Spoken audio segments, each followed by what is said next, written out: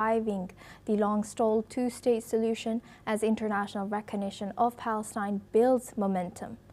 The event held ahead of the UN General Assembly comes just a day after the UK, Canada, Australia and Portugal formally recognized a Palestinian state. France is expected to follow suit, while Belgium and other countries are considering similar steps.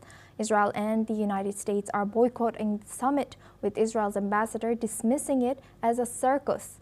The meeting is expected to expand on the earlier New York Declaration, which outlined time-bound measures towards two states, condemned Hamas, and called for a ceasefire and humanitarian aid into Gaza.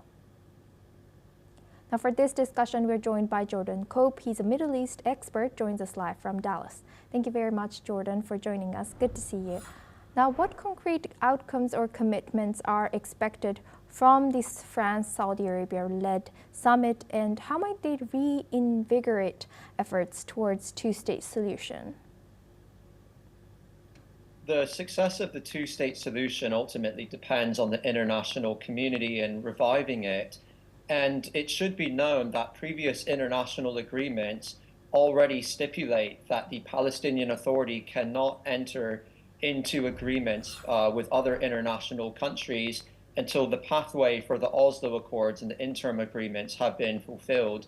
These countries are actually helping the Palestinian Authority violate the Oslo Accords and the interim agreements. And it should be noted that treaties under international law hold the highest weight under international law, and these countries are actually foregoing basic international legal principles and trying to force a two-state solution without demanding the Palestinian Authority to fulfill their obligations under the Oslo Accords.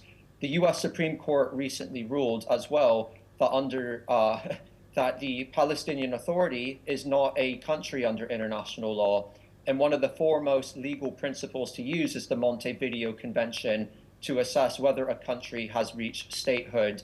And out of the four conditions under the Montevideo Convention, the Palestinian Authority is currently lacking two. So one has to, I guess, second guess France's motives in trying to advance a two-state solution right now, which is a horrible precedent as Israeli hostages continue to be held under the tunnels of Gaza, approximately 50 to date. It is a reward for terrorism since October 7th.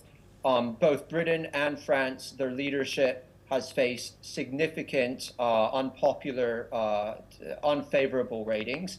And France itself has been pushing this, despite the reports within France saying that the motive for doing this is not necessarily to advance peace in the region, but rather to suppress growing dissent at home with France's extremist elements of its own communities. It's a terrible precedent. It rewards terror, and it doesn't demand the Palestinian Authority to reform any bit whatsoever in a territory where it doesn't even fully control. Right. Thank you very much, Jordan, for sharing that. Please stay